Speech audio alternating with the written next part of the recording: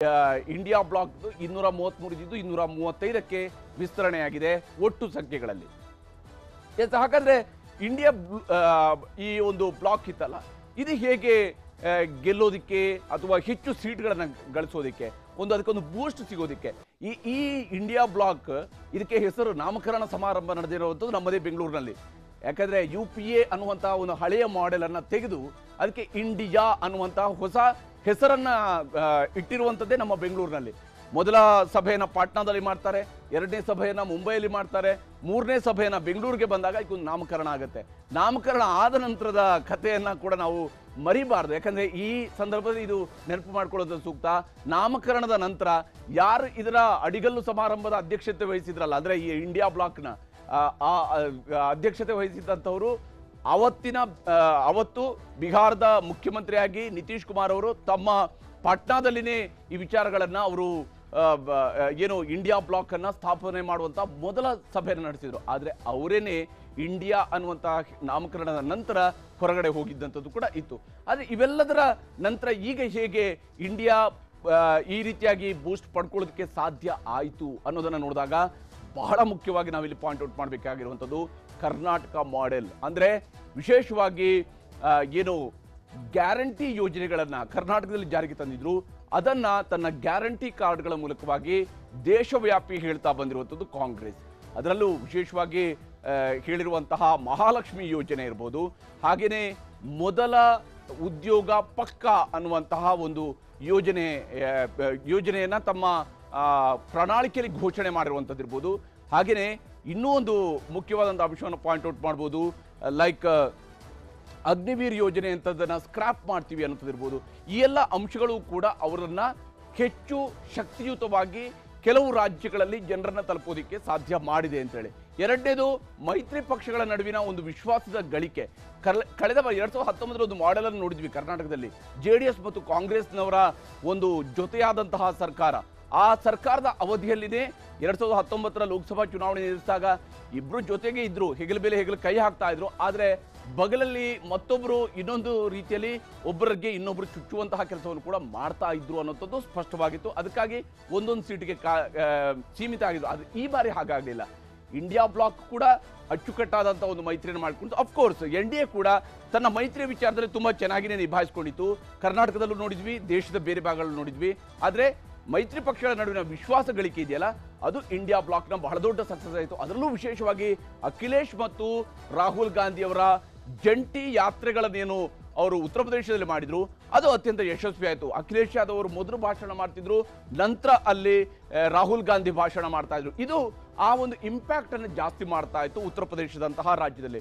ಇನ್ನು ಭಾರತ್ ಜೋಡೋ ಮತ್ತು ನ್ಯಾಯ್ ಯಾತ್ರೆ ಅನ್ನುವಂತಹ ಎರಡೆರಡು ಯಾತ್ರೆಯನ್ನು ಮಾಡಿದಂತಹ ರಾಹುಲ್ ಗಾಂಧಿ ಅವರ ನಡಿಗೆ ಇರ್ಬೋದು, ಯಾತ್ರೆ ಇರ್ಬೋದು, ಹರಿಸಿದ ಬೆವರಿರ್ಬೋದು, ಅದು ವಿಫಲ ಆಗಲಿಲ್ಲ. ಭಾರತ ದೇಶದಲ್ಲಿ ರಾಜಕಾರಣಿಗಳು ಮಾಡುವಂತಹ ಇಂತಹ ಪ್ರಯತ್ನಗಳಿದಾವಲ್ಲ, ಒಂದು ಅಧಿಕಾರಕ್ಕೆ ಬರೋದಕ್ಕೆ ಬೇಕಾಗಿ ಜನ ಸಮುದಾಯದ ನಡುವೆ ನಡೆಯುವಂತಹ ಕೆಲಸ ಇದೆಯಲ್ಲ, ಅದಕ್ಕೆ ನಮ್ಮ ದೇಶದ ರಾಜಕಾರಣದಲ್ಲಿ ಇವತ್ತು ಬೆಂಬಲ ಸಿಗುತ್ತೆ ಅನ್ನುವಂಥದ್ದು ಈ ರಿಸಲ್ಟ್ ಸಂದರ್ಭದಲ್ಲೂ ಕೂಡ ಗೋಚರಿಸ್ತಾ ಇರುವಂಥದ್ದು. ಇನ್ನು ಸಂವಿಧಾನ ಉಳಿಸುವಂತಹ ಅಭಿಯಾನ ಇದನ್ನ ನಿರಂತರವಾಗಿ ಮಾಡಿದ್ರು. ಇವತ್ತು ಸುದ್ದಿಗೋಷ್ಠಿಯಲ್ಲಿ ಕೂಡ ಸಂವಿಧಾನದ ಪ್ರತಿಯನ್ನು ಹಿಡ್ಕೊಂಡೇ ಕುಳಿತಿದ್ರು ರಾಹುಲ್ ಗಾಂಧಿ ಅವರು. ಆದರೆ ಮುಂದೆ ಈಗಲೇ ಇಮಿಡಿಯೇಟ್ ಆಗಿ ಅವರಿಗೆ ಸರ್ಕಾರ ರಚನೆ ಮಾಡೋದಕ್ಕೆ ಆಗುವಂತಹ ಅವಕಾಶಗಳು ಕಾಣ್ತಿಲ್ಲ. ಮುಂದೆ ಸರ್ಕಾರ ರಚನೆ ಮಾಡಿದಾಗಲೂ ಕೂಡ ಸಂವಿಧಾನದ ಆಶಯಗಳನ್ನು ಉಳಿಸ್ಕೊಳ್ಳುವಂಥದ್ದು ಅಷ್ಟೇ ಮುಖ್ಯ ಆಗುತ್ತೆ. ಯಾಕಂದರೆ ಕಾಂಗ್ರೆಸ್ಗೂ ಕೂಡ ಸಂವಿಧಾನದ ವಿಚಾರದಲ್ಲಿ ಅನೇಕ ಪ್ರಶ್ನೆಗಳು ಇದ್ದೇ ಇರುವಂಥದ್ದು, ಅವರು ಆಡಳಿತದ ಸಂದರ್ಭದಲ್ಲಿ ಮಾಡಿರುವಂತಹ ವಿಷಯಗಳಲ್ಲೂ ಕೂಡ. ಇನ್ನು ಅಹಿಂದ ಮತಗಳ ಕ್ರೋಢೀಕರಣ ಇದೆಯಲ್ಲ, ಇದು ದೊಡ್ಡ ಮಟ್ಟದಲ್ಲಿ ಸಾಧ್ಯ ಆಯಿತು. ವಿಶೇಷವಾಗಿ ಅಲ್ಪಸಂಖ್ಯಾತರಲ್ಲಿ ಒಂದು ರೀತಿಯಾದಂಥ ಆತಂಕ ಆಯಿತು. ಮತ್ತು ಪ್ರಧಾನಿ ಮೋದಿಯವರು ಕೂಡ ನೇರವಾಗಿ ಮಂಗಲಸೂತ್ರಕ್ಕೆ ಕೈ ಹಾಕ್ತಾರೆ.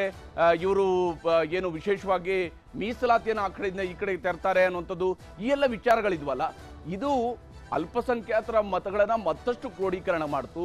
ಇದರ ಜೊತೆಗೆ ದಲಿತ ಮತಗಳು ಸಂವಿಧಾನದ ರಕ್ಷಣೆ ಹೆಸರಿನಲ್ಲಿ ವಿಶೇಷವಾಗಿ ನಡೆದಿರುವಂತಹ ಚುನಾವಣೆಯೂ ಕೂಡ ಆಗಿರೋದ್ರಿಂದಾಗಿ ಸಂವಿಧಾನ ರಕ್ಷಣೆ ಅಂಬೇಡ್ಕರ್ ಅವರ ಸಂವಿಧಾನ ಅನ್ನುವಂಥದ್ದನ್ನು ಹೇಳ್ತಾ ಇದ್ದರಿಂದಾಗಿ ದಲಿತ ಮತಗಳನ್ನು ದೊಡ್ಡ ಮಟ್ಟದಲ್ಲಿ ಕ್ರೋಢೀಕರಣ ಮಾಡೋದರಲ್ಲಿ ಯಶಸ್ವಿಯಾದರು.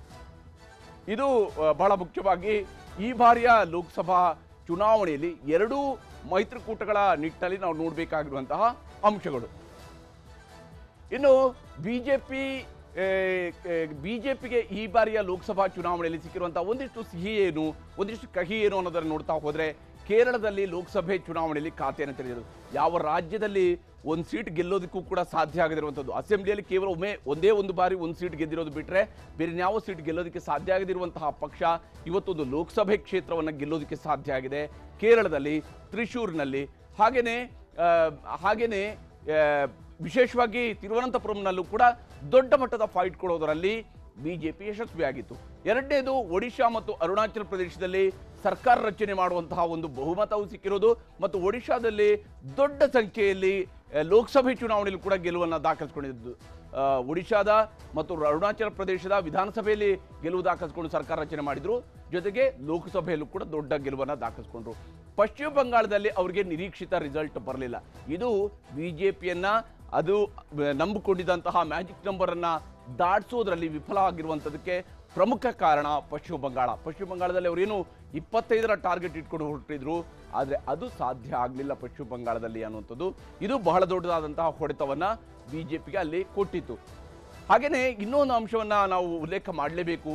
ತಮಿಳುನಾಡಿನಲ್ಲಿ ಅದೆಷ್ಟು ರ್ಯಾಲಿಗಳನ್ನು ನಡೆಸಿದ್ರು, ಎಷ್ಟು ರೋಡ್ ಶೋ ನಡೆಸಿದ್ರು, ಎಷ್ಟು ಸಭೆಗಳನ್ನು ನಡೆಸಿದ್ರು, ಎಷ್ಟು ಪ್ರಚಾರ ಭಾಷಣ ಮಾಡಿದ್ರು, ಯಾವ್ಯಾವ ಸ್ವರೂಪದಲ್ಲಿ ಅಲ್ಲಿಯ ಜನರನ್ನು ಕನೆಕ್ಟ್ ಆಗೋದಕ್ಕೆ ಬೇಕಾಗಿ ಯೋಜನೆಗಳನ್ನು ರೂಪಿಸಿದ್ರು, ಕಾರ್ಯಕ್ರಮಗಳನ್ನು ರೂಪಿಸಿದ್ರು. ಆದರೆ ಇಷ್ಟೆಲ್ಲ ಮಾಡಿದ ನಂತರವೂ ಕೂಡ ತಮಿಳುನಾಡಿನಲ್ಲಿ ಭಾರತೀಯ ಜನತಾ ಪಕ್ಷಕ್ಕೆ ಖಾತೆ ತೆರೆಯೋದಕ್ಕೆ ಸಾಧ್ಯ ಆಗಲೇ ಇಲ್ಲ. ಇದಿಷ್ಟು ಬಿಜೆಪಿ ವಿಚಾರ. ಆದರೆ ಈಗ ಮೈತ್ರಿ ಪಕ್ಷಗಳ ಲಾಭ ನಷ್ಟ ಹೆಂಗಿತ್ತು ಅನ್ನೋದನ್ನು ಕೂಡ ನಿಮಗೆ ಹೇಳ್ತೀನಿ. ಒಂದೊಂದಾಗಿ ನೋಡ್ತಾ ಹೋದರೆ ಬಿಹಾರದಲ್ಲಿ ಮೈತ್ರಿಯಿಂದ ಲಾಭವನ್ನ ಮಾಡಿಕೊಂಡಿರುವಂಥದ್ದು ಕೂಡ ಬಹಳ ಗಮನಾರ್ಹವಾಗಿರುವಂತಹ ಅಂಶ. ಬಹಳಷ್ಟು ಅಂಶಗಳು ಇಲ್ಲಿ ಗೋಚರ ಆಗ್ತಾ ಹೋಗ್ತವೆ. ಹಾಗೆಯೇ ವಿಶೇಷವಾಗಿ ಇಲ್ಲಿ ಬಿಜೆಪಿಗೆ ಲಾಭ ಆಗಿರುವಂತಹ ಅಂಶಗಳಲ್ಲಿ ಇನ್ನೊಂದು ಅಂಶವನ್ನು ಪಾಯಿಂಟ್ ಔಟ್ ಮಾಡಬೇಕಾಗಿರುವಂಥದ್ದು, ದಕ್ಷಿಣದಲ್ಲಿ ಅವರು TDP ಜೊತೆಗೆ ಮಾಡ್ಕೊಂಡಿರುವಂತಹ ಮೈತ್ರಿ ಇತ್ತಲ್ಲ, ಅದು ನಿಜಕ್ಕೂ ಕೂಡ ಬಿಜೆಪಿಯನ್ನು ಇವತ್ತು ಬಿಜೆಪಿ 290 ಸಂಖ್ಯೆಯಲ್ಲಿ ಕಂಡು ಬರ್ತಾ ಇದೆ. ಅದಕ್ಕೆ ಬಹಳ ಮುಖ್ಯ ಕಾರಣ ಏನಂತ ಹೇಳಿದ್ರೆ, ಅಲ್ಲಿ ವಿಶೇಷವಾಗಿ TDP ಜೊತೆಗೆ ಮಾಡ್ಕೊಂಡಂತಹ ಮೈತ್ರಿ, ಬಿಹಾರದ ಮೈತ್ರಿಯಿಂದ ಕೂಡ ಲಾಭ ಆಗಿದೆ. ಹಾಗೆಯೇ ವಿಶೇಷವಾಗಿ ಆಂಧ್ರದಲ್ಲಿ TDP ಮೈತ್ರಿ ಅನಿವಾರ್ಯ ಅನ್ನುವಂಥದ್ದು ಕೂಡ ಇತ್ತು. ಮಹಾರಾಷ್ಟ್ರದ ಮೈತ್ರಿ ವಿಫಲ ಆಗಿರುವಂಥದ್ದು ಕೂಡ ಕಂಡು ಬರ್ತಾ ಇದೆ. ಬಿಹಾರದಲ್ಲಿ JDU ಜೊತೆಗೆ ಮತ್ತೆ ಮೈತ್ರಿ ಮಾಡಿಕೊಂಡ ಕಾರಣದಿಂದಲೂ ಅಥವಾ ಅದು ಕಂಪ್ಲೀಟ್ ಆಗಿ ಯಾವ ಸ್ವರೂಪದ್ದು ಅನ್ನೋದ್ರ ಬಗ್ಗೆ ಇನ್ನಷ್ಟು ಡೀಟೇಲ್ಸ್ಗಳು ಸಿಗಬೇಕಾಗಿದೆ ಬಿಹಾರದ ವಿಚಾರದಲ್ಲಿ. ಆದರೆ ಆಂಧ್ರದಲ್ಲಿ ಇದೆಯಲ್ಲ, TDP ಜೊತೆ ಸೇರಿದ ಕಾರಣಕ್ಕಾಗಿಯೇ ಇವತ್ತು 270ಕ್ಕಿಂತ ಮೇಲಿನ ನಂಬರ್ಗಳಲ್ಲಿ NDA ಮೈತ್ರಿಕೂಟ ಇದೆ ಅಂತ ಹೇಳಿದರೆ ಅದಕ್ಕೆ ಬಹಳ ಮುಖ್ಯ ಕಾರಣ ದಕ್ಷಿಣ ಭಾರತ, ಬಹಳ ಮುಖ್ಯ ಕಾರಣ ಅದು ಆಂಧ್ರ ಪ್ರದೇಶ ಆಗಿದೆ. ಆಂಧ್ರ ಪ್ರದೇಶದ ನಂಬರ್ಗಳೇ ಇವತ್ತು NDAಯನ್ನು 290ಕ್ಕಿಂತ 290 ಸ್ಥಾನಗಳಲ್ಲಿ ತಂದು ನಿಲ್ಲಿಸಿರುವಂಥದ್ದು. ಅಫ್ಕೋರ್ಸ್ JDS ಜೊತೆಗಿನ ಮೈತ್ರಿಯನ್ನು ಕೂಡ ಇದನ್ನು ಉಲ್ಲೇಖ ಮಾಡ್ಬೋದು. ಕರ್ನಾಟಕದ ಮಟ್ಟಿಗೆ ನೋಡಿದರೆ JDS ಜೊತೆಗಿನ ಮೈತ್ರಿಯನ್ನು ಕೂಡ ಉಲ್ಲೇಖ ಮಾಡ್ಬೋದು. ಇಲ್ಲದೆ ಹೋಗಿರ್ತಿದ್ರೆ ಇಲ್ಲಿ ಬಹಳ ಸೀಟ್ಗಳನ್ನು ಗೆಲ್ಲುವಂತಹ ವಿಚಾರದಲ್ಲಿ ಬಿಜೆಪಿ ಇನ್ನಷ್ಟು ಸಮಸ್ಯೆಗಳನ್ನು ಎದುರಿಸುವಂತಹ ಸಾಧ್ಯತೆ ಇತ್ತು. ನಮ್ಮ ಜೊತೆಗೆ ಅತಿಥಿಗಳು ಕೂಡ ಜಾಯ್ನ್ ಆಗಿದ್ದಾರೆ. ಭಾರತೀಯ ಜನತಾ ಪಕ್ಷದ ವಿಧಾನ ಪರಿಷತ್ ಸದಸ್ಯರಾಗಿರುವ ಛಲವಾದಿ ನಾರಾಯಣಸ್ವಾಮಿ ಅವರು ಕಾರ್ಯಕ್ರಮದಲ್ಲಿ ಜಾಯ್ನ್ ಆಗಿದ್ದಾರೆ. VR ಸುದರ್ಶನ್ ಅವರು ನಮ್ಮೊಂದಿಗೆ ಜಾಯ್ನ್ ಆಗಿದ್ದಾರೆ, ಮಾಜಿ ಸಭಾಪತಿಗಳು. ಹಾಗೆಯೇ ಶ್ವೇತಾ ಯಾದವ್ ಅವರು ನಮ್ಮೊಂದಿಗೆ ಕಾರ್ಯಕ್ರಮದಲ್ಲಿ ಜಾಯ್ನ್ ಆಗಿದ್ದಾರೆ, JDSನ ವಕ್ತಾರರು. ಹಾಗೆಯೇ ಹಿರಿಯ ಪತ್ರಕರ್ತರಾಗಿರುವಂತಹ BS ಅರುಣ್ ಅವರು ಕೂಡ ನಮ್ಮೊಂದಿಗೆ ಕಾರ್ಯಕ್ರಮದಲ್ಲಿ ಜಾಯ್ನ್ ಆಗಿದ್ದಾರೆ. ನಾನು ಚರ್ಚೆನ ಛಲವಾದಿ ನಾರಾಯಣಸ್ವಾಮಿ ಅವರ ಮೂಲಕವಾಗಿಯೇ ಮಾಡ್ತೀನಿ. ಯಾಕಂದರೆ ಕಳೆದ 2 ಬಾರಿ ಸರ್ಕಾರವನ್ನು ನಡೆಸಿದ್ದಾರೆ. ಈ ಬಾರಿ ಸರ್ಕಾರ ರಚಿಸೋದಕ್ಕೆ ಬೇಕಾದಷ್ಟು ಮೈತ್ರಿಕೂಟಕ್ಕೆ ಬಹುಮತ ಇದ್ದಂತೆ ಕಾಣ್ತಾ ಇದೆ. 290 ಸದ್ಯಕ್ಕಿರುವಂತಹ ನಂಬರ್, ಗೊತ್ತಿಲ್ಲ ಅಂತಿಮ ರಿಸಲ್ಟ್ ಆಗಿ ಎಷ್ಟು ಕನ್ವರ್ಟ್ ಆಗುತ್ತೆ ಅಂತೇಳಿ. ಏನಾಯಿತು, ಇದು ತೃಪ್ತಿ ಅಂತೂ ತರೋದಕ್ಕೆ ಸಾಧ್ಯ ಇಲ್ಲ ಬಹುಶಃ ಬಿಜೆಪಿಗೆ. ಯಾಕಂದರೆ ಬಿಜೆಪಿ ತನ್ನ ಸ್ವಂತ ಬಲದಲ್ಲಿ 273 ಸಂಖ್ಯೆಯನ್ನು ದಾಟಿಸೋದಕ್ಕೆ ಸಾಧ್ಯ ಆಗಿಲ್ಲ. ಏನಾಗಿದೆ ಛಲವಾದಿ ನಾರಾಯಣಸ್ವಾಮಿ, ಎಲ್ಲಿ ಎಡವಿದ್ದೀರಿ ಅಂತೇಳಿ ಅನ್ಸುತ್ತೆ? 303 ಸ್ಥಾನಗಳನ್ನು ಕಳೆದ ಚುನಾವಣೆಯಲ್ಲಿ ನಾವು ಗೆದ್ದಿದ್ವಿ. ಈ ಸಾರಿ ಅದು ಕಡಿಮೆ ಆಗಿದೆ. ಒಟ್ಟಾರೆ 60 ಸ್ಥಾನಗಳಲ್ಲಿ ಈಗ ನಮಗೆ ಫಾಯ್ದಾ ಆಗಿಲ್ಲ NDAಗೆ. ನಾವು ಎಡವಿದ್ದಿಲ್ಲಿ ಅಂತಂದರೆ ಉತ್ತರ ಪ್ರದೇಶದಲ್ಲಿ ನಾವು ಇಷ್ಟೊಂದು ನಷ್ಟ ಆಗುತ್ತೆ ಅಂತ ನಾವು ಅಂದ್ಕೊಂಡಿರಲಿಲ್ಲ. ನಾವು ಅಂದ್ಕೊಂಡಿದ್ದೇ ಬೇರೆ, ಈಗ ಅದು ಅರ್ಧಕ್ಕೆ ಬಂದಿದೆ. ಮಹಾರಾಷ್ಟ್ರದಲ್ಲೂ ಕೂಡ ಇಷ್ಟೊಂದು ಇದರಲ್ಲಿ ಹೋಗ್ತದೆ ಅಂತ ನಾವು ಅಂದ್ಕೊಂಡಿರಲಿಲ್ಲ. ಅವೆರಡು ಮೇಜರ್ ಆಯಿತು. ಮೇಜರ್ ಆಗಿದ್ದರಿಂದ ನಾವು ಅಂದ್ಕೊಂಡ್ವಿ ಕೇರಳದಲ್ಲಿ ಇನ್ನೊಂದು 2-3 ಸ್ಥಾನಗಳು, ಇದರಲ್ಲಿ ತಮಿಳುನಾಡಿನಲ್ಲೂ ಕೂಡ ಇನ್ನೊಂದು 2-3 ಬರ್ಬೋದು ಅಂತ ಈ ಕಡೆನೂ ನಮ್ಮ ಲೆಕ್ಕಾಚಾರ ಇತ್ತು ಸರ್. ಹೀಗೆ ಕೆಲವು ಭಾಗದಲ್ಲಿ 1, 2, 3 ನಷ್ಟ ಆಗಿದೆ. ಯಥೇಚ್ಛವಾಗಿ ಆಗಿದ್ದು ನಮಗೆ ಉತ್ತರ ಪ್ರದೇಶ. ಅದ್ರ ಬಗ್ಗೆ ಡೀಟೇಲಾಗಿ ಮಾತಾಡ್ತೀವಿ. ವಿ ಆರ್ ಸುದರ್ಶನ್ ಅವರೇ, ಯಾವ ರೀತಿಯಾಗಿ ಸಮಾಧಾನ ತಂದಿದೆಯಾ ಅಥವಾ ಇನ್ನೊಂದು 30 ಸೀಟ್ ಜಾಸ್ತಿ ಬರ್ತಿದ್ರೆ ಸರ್ಕಾರ ರಚನೆ ಮಾಡುವಂಥ ಹಾದಿ ಇನ್ನಷ್ಟು ಸುಲಭ ಆಗ್ತಿತ್ತು, ಇನ್ನೊಂದು 40 ಸೀಟ್ ಬೇಕಿದ್ದಿತ್ತು ಅಂತೇಳಿ ಅನ್ಸುತ್ತೆ? ನಾವು ನಮ್ಮ ವಿಷಯಕ್ಕೆ ಬರೋಕ್ಕೆ ಮೊದಲು